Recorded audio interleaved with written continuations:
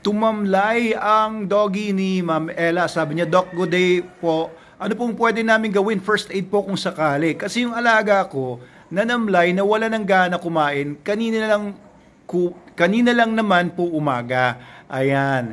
Kagabi masigla naman. Tapos sa next comment niya, sabi niya, nilapit daw niya sa katawan niya para mainitan yung tiyan ng aso niya. Tapos narinig daw niya or naramdaman niya, meron daw parang gargling sound or bubbling sound, parang may gas doon sa loob ng tiyan ng doggy niya.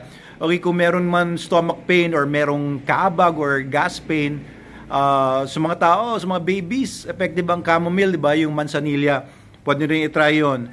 Pwede nyo rin pong yan, warm compress, yung tiyan ng aso ninyo. It could also be, baka hindi lang naman yun yung problem, no? Pero pwede nyo po i-try yan. Pwede nyo po i-try na yung aso nyo ay padlakal-lakarin ninyo. It could also be kasi na may nakain yung aso ninyo, nakakaiba. So I would ask, ano po ba yung nakain ng aso ninyo and kung ano po yung mga ginawa ng aso ninyo before this happened para po malaman po natin. Pero of course, no, kapag obserban niyo pa rin next few hours, kung hindi siya nagre-recover or wala kayong nakikita na improvement, maganda dalhin niyo na po sa vet po ninyo. Okay, yung gas po kasi maaaring napoproduce ng mga bacteria sa loob ng tiyan ng aso ninyo, maaaring may nakain na hindi maganda o kaya may na-introduce na mga pathogens, no? Kaya SDN po, ewan ko lang kung nag-SDN na po kayo, Ma'am Ella.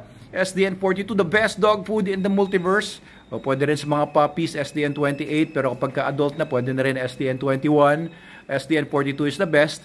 No? Meron kasi lahat yung SDN natin, may probiotics and prebiotics. Ang maganda dyan sa mga prebiotics na meron sa SDN, hindi lang isang klase yan, hindi lang lactobacillus, hindi lang lactobacillus lang. It is a soup or iba-ibang klaseng probiotics meron po tayo dyan sa SDN natin. Kaya hindi nyo na kailangan magbigay ng probiotics.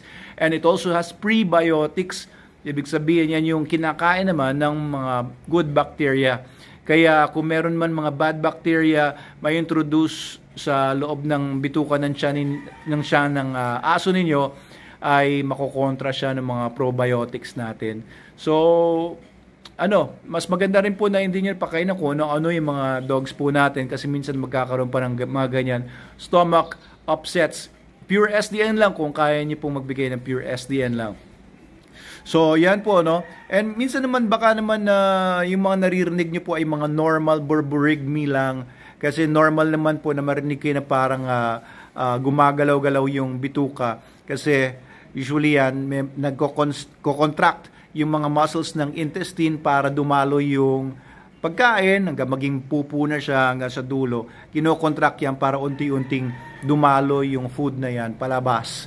So, it could just be normal borborygmi, pero kung talagang very sensitive kayo na alam nyo talaga hindi lang siya normal borborygmi, baka gas pain na talaga yan. Ayan. Kailangan ilabas lang talaga ng puppy ninyo yung gas. Huwag nyo nang pakainin ng kung ano-ano. Ayaw nyo muna mag-pass yun, lumabas muna sa katawan niya yan. And only feed SDN. Yan. May probiotics, prebiotics, and angkop sa katawan ng mga aso, yung laman talaga ng SDN. Hindi puro fillers yan. Hindi po kagaya sa ibang dog food, puro fillers. Mas prone sa mga digestive problems ang aso ninyo. Mas matibay siya kung naka-SDN. Ayun lang po, no? So, hopefully, balitaan niyo po kami, Mga Ella, kung ano mangyayari sa dog ninyo. And get well soon, little fur baby!